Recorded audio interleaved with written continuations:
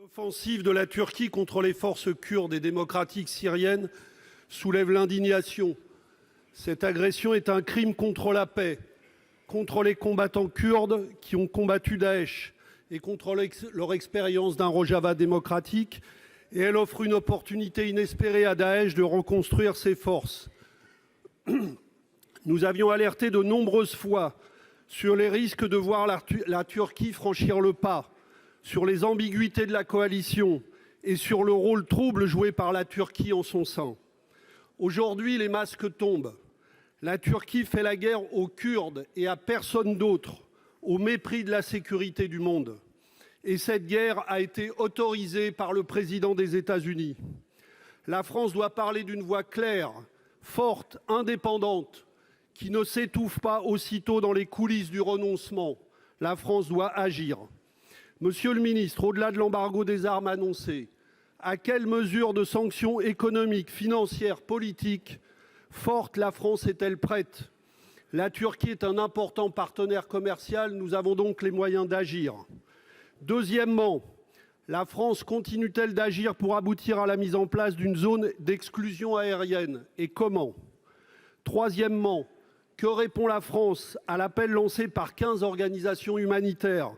Quelle est notre stratégie pour obtenir un cessez-le-feu qui protège le travail humanitaire, garantisse son accès en tout lieu, protège les populations civiles par l'interdiction de l'utilisation des armes explosives en zone peuplée, permette de rapatrier les enfants français détenus dans les camps de prisonniers? Enfin, monsieur le ministre, puisque les États-Unis et la Turquie sont au cœur de cette affaire et qu'ils sont membres de l'OTAN, n'est-il pas temps de convoquer un débat parlementaire d'urgence interrogeant le rôle de l'OTAN, notre rôle dans cette alliance et notre place au sein de son commandement intégré? Le gouvernement est-il prêt à convoquer d'urgence ce débat parlementaire?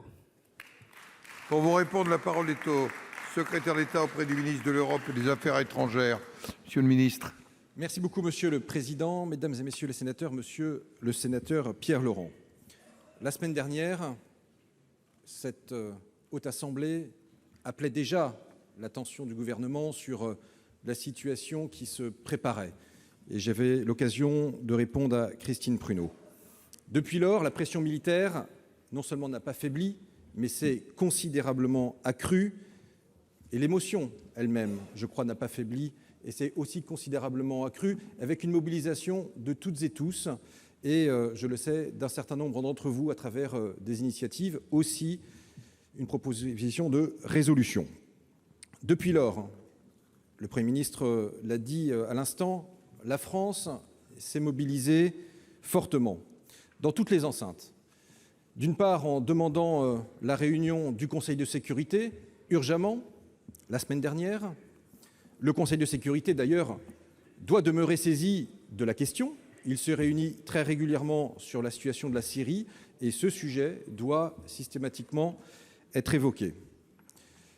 La France est intervenue activement au sein du Conseil des ministres des Affaires étrangères, tenu lundi, et c'est parce qu'une voix forte s'y est exprimée, celle de Jean-Yves Le Drian, qu'il y a eu une condamnation, je crois, unanime à ce moment-là, et que le Conseil européen des prochains jours, nous l'espérons, viendra consacrer.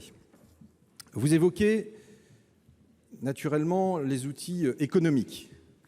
Sachez qu'il était prévu qu'une commission mixte économique se tienne début décembre avec la Turquie. Nous avons fait savoir qu'il était impossible que cette commission mixte économique se tienne très naturellement dans le contexte que nous connaissons. Et soyez sûrs que la France, elle a condamné dans les termes les plus fermes, et le président de la République l'a d'ailleurs dit au président Erdogan.